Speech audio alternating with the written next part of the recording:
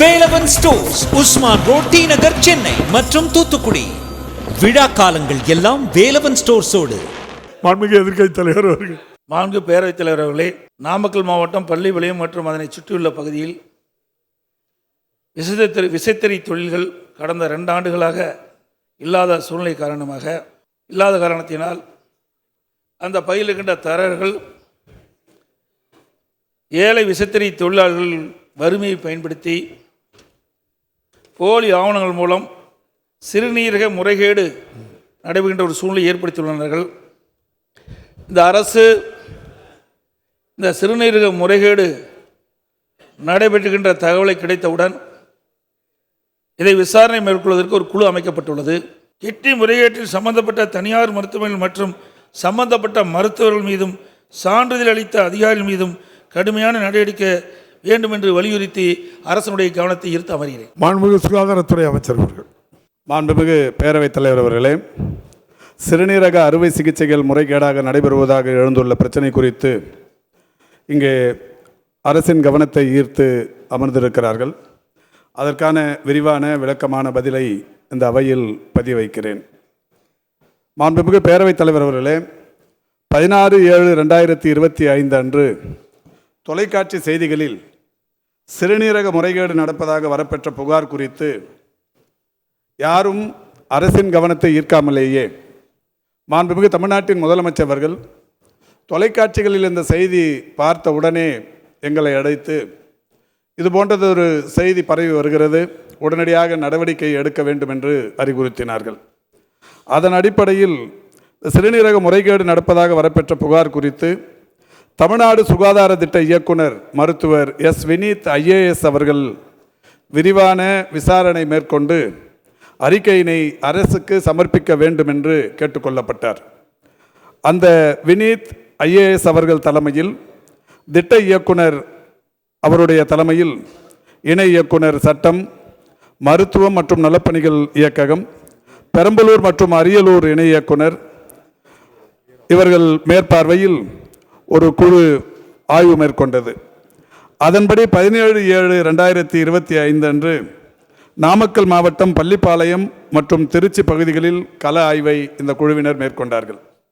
முதற்கட்ட விசாரணையின் அடிப்படையில் திருச்சி சிதார் மருத்துவமனை மற்றும் பெரம்பலூர் தனலட்சுமி சீனிவாசன் மருத்துவக் கல்லூரி மருத்துவமனை சிறுநீரக மாற்று அறுவை சிகிச்சை செய்ய வழங்கப்பட்ட உரிமங்கள் மருத்துவ மற்றும் ஊரக நலப்பணிகள் இயக்குனரால் 23/7/2025 தற்காலிகமாக நிறுத்தி வைக்கப்பட்டது. மேலும் விசாரணை அலுவலர் மேற்கூறிய மருத்துவமனைகளில் தவறான முறையில் சான்றுகள் சமர்ப்பித்து மனித உறுப்பு மாற்று அறுவை சிகிச்சைகள் மேற்கொள்ளப்பட்டுள்ளதாக தெரிய வருகிறது என்றும், மேலும் இவ்விசாரணையில் மனித உறுப்பு மாற்று அறுவை சிகிச்சை சட்ட நுணுக்கங்களை தவறாக பயன்படுத்தியதும் தெரிய வருவதாகவும் தெரிவித்துள்ளார். மேற்படி விசாரணையின் மூலம் அங்கீகார குழுவிற்கு கீழ்கண்ட பரிந்துரைகள் திட்ட இயக்குனர் தமிழ்நாடு சுகாதார திட்டம் வழங்கியுள்ளார். அதன்படி மனித உறுப்பு மாற்று சட்டம் 1994 படி சிறுநீரகம் மாற்றுதல் தொடர்பாக ஆவணங்களின் ஆய்வின் போது சிதார் மருத்துவமனை மற்றும் பெரம்பலூர் தனலட்சுமி சீனிவாசன் மருத்துவக் கல்லூரி மருத்துவமனைகளிலிருந்து பரிசீலனை செய்யப்பட்ட ஆவணங்களின் அடிப்படையில் இவ்விரு மருத்துவமனைகளுக்கும் வழங்கப்பட்ட சிறுநீரக உறுப்பு மாற்று உரிமை சான்றிதழை ரத்து செய்வதற்கு பரிந்துரை செய்யப்பட்டது. இந்த சிறுநீரக முறைகேட்டில் ஈடுபட்டுள்ளதாக கண்டறியப்பட்ட இடைத்தரகர்களான ஸ்டான்லி மோகன் மற்றும் ஆனந்தன் ஆகிய இருவர் மீதும் BNS 2023 உரிய பிரிவுகளின் கீழ் FIR பதிவு செய்ய பரிந்துரை செய்யப்பட்டது. மனித உறுப்பு மாற்று அறுவை சிகிச்சை சட்டம் 1994 படி செய்யப்படும் அறுவை சிகிச்சைகள் தொடர்பான ஆவணங்கள் அனைத்தும் மருத்துவ சட்ட ரீதியான மெடிக்கோ லீகல் என்பதால் 10 ஆண்டு வரை ஆவணங்கள் பராமரிக்கப்பட வேண்டும். இது தொடர்பாக வருவாய்த்துறை, காவல்துறை மற்றும் மருத்துவத்துறைகளுக்கு சுற்றறிக்கை அனுப்பப்பட வேண்டும். இவையெல்லாம் அந்த குழு அறித்த பரிந்துரைகள். அதோடு மட்டுமல்ல, அனைத்து படிவங்களும் ஆங்கிலம், தமிழ் ஆகிய இரு மொழிகளின் வடிவில் வைத்திருக்க பரிந்துரை செய்யப்படுகிறது. மனித உறுப்பு மாற்று அறுவை சிகிச்சை மேற்கொள்ள உள்ள ஏற்பாளர்களுக்கும் மற்றும் கொடையாளிகளுக்கும் அறுவை சிகிச்சைக்கு முன் தகுந்த ஆலோசனைகள் குறித்த நிலையான இயக்க நடைமுறைகள் ஸ்டாண்டர்ட் ஆபரேட்டிங் ப்ரொசீஜர்ஸ் உருவாக்கி செயல்படுத்தப்பட வேண்டும். ஏற்பாளர்கள் நேரடியாக அங்கீகார குழுவிற்கு முன்பாக ஆஜராக முடியாத பட்சத்தில் காணொளி மூலமாக கலந்தாய்வு செய்யப்பட வேண்டும். இனி வரும் காலங்களில் வீடியோ பதிவேற்பு முறையில் இது செயல்படுத்தப்பட வேண்டும். தற்பொழுது மாநில அளவில் சென்னை கீழ்ப்பாக்கத்தில் உள்ள மருத்துவக் கல்வி இயக்ககம் மற்றும் ஆராய்ச்சி அலுவலகம், மதுரை ராஜாஜி மருத்துவக் கல்லூரி மருத்துவமனை, கோயம்புத்தூர் அரசு மருத்துவக் கல்லூரி மருத்துவமனை மற்றும் தர்மபுரி அரசு மருத்துவக் கல்லூரி மருத்துவமனை ஆகிய 4 இடங்களிலும் மனித உறுப்பு மாற்று அங்கீகார குழு human organ transplant authorisation committee செயல்பட்டு வருகிறது.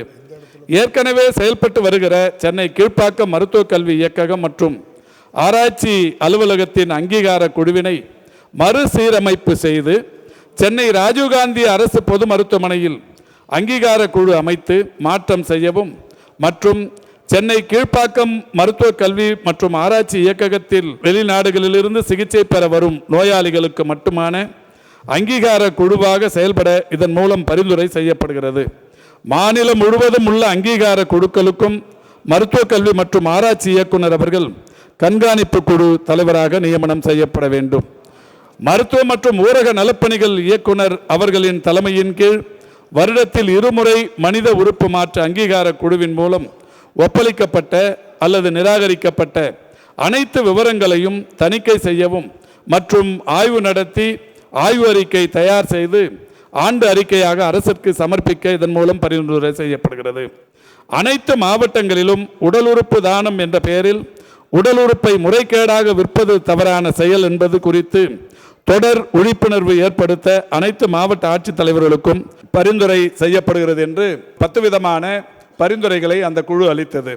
மாண்புமிகு தமிழ்நாட்டின் முதலமைச்சருடைய வழிகாட்டுதலோடு தமிழ்நாடு சுகாதார திட்ட இயக்குனரின் பரிந்துரைகளை பரிசீலித்த அரசு சிதார் மருத்துவமனை மற்றும் பெரம்பலூர் தனலட்சுமி சீனிவாசன் மருத்துவக் கல்லூரி ஆகிய 2 மருத்துவமனைகளுக்கும் வழங்கப்பட்ட சிறுநீரக உறுப்பு மாற்று உரிமை சான்றிதழ் ரத்து செய்யப்பட்டது.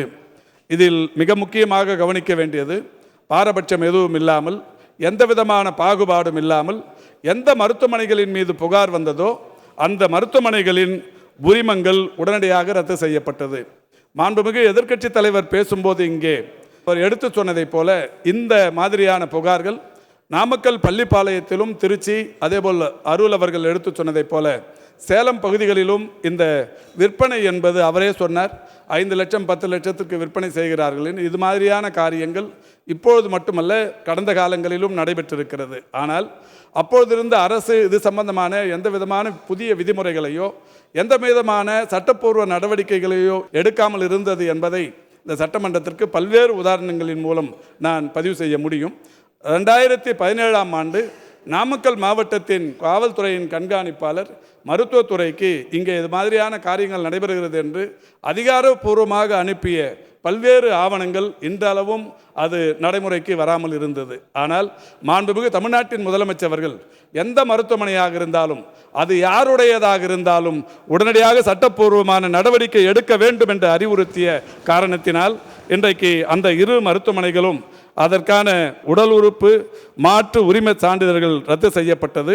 இந்த சிறுநீரக முறைகேட்டில் ஈடுபட்டதாக கண்டறியப்பட்ட ஸ்டாலின் மோகன் மற்றும் ஆனந்தன் ஆகிய 2 மீதும் குற்றவியல் நடவடிக்கைகள் தொடரப்பட்டு அந்த 2 தற்போது கைது செய்யப்பட்டிருக்கிறார்கள்.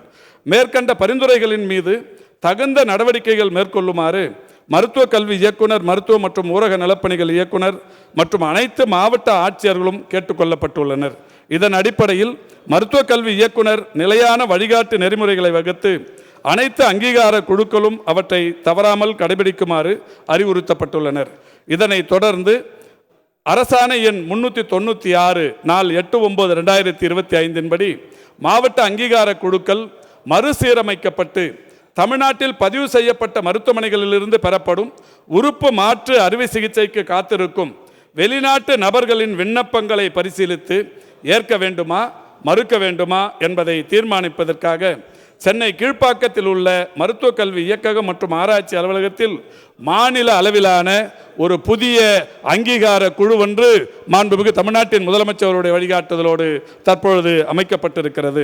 இதனைத் தொடர்ந்து வடக்கு மாவட்ட அங்கீகார குழு சென்னையை தலைமையிடமாக கொண்டும், மத்திய மாவட்ட அங்கீகார குழு தஞ்சாவூரை தலைமையிடமாக கொண்டும், மேற்கு மாவட்ட அங்கீகார குழு கோவையை தலைமையிடமாக கொண்டும், தெற்கு மாவட்ட அங்கீகார குழு மதுரையை தலைமையிடமாக கொண்டும் அமைக்கப்பட்டு உறுப்பு மாற்ற செயலில் இன்றைக்கு அதற்குரிய அம்சங்களை பற்றியும் அறுவை சிகிச்சைக்கு முன்னரும் பின்னருமாக பராமரிப்பதற்குரிய வழிகாட்டுதல்களை வழங்க அறிவுறுத்தப்பட்டிருக்கிறது.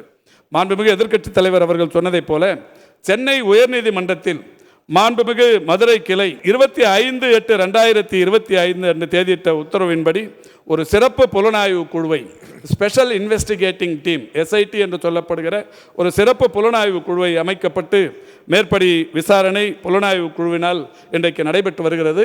அதன் அடிப்படையில் தான் 2 பேர் கைது செய்யப்பட்டிருக்கிறார்கள்.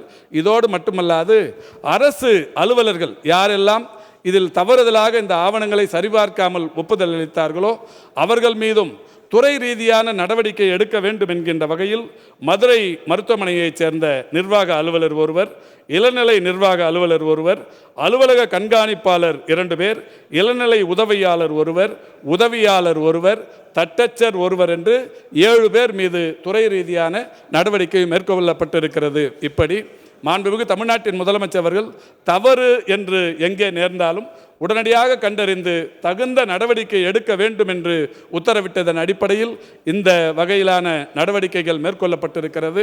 அதோடு மட்டுமல்ல, இந்த குழு ஏற்கனவே சொல்லியிருப்பதைப் போல இது மாதிரியான ஏழ்மை நிலையில் இருக்கிற மக்களுக்கு விழிப்புணர்வை ஏற்படுத்துவதற்கும் அரசு பல்வேறு முயற்சிகளை மேற்கொண்டு வருகிறது.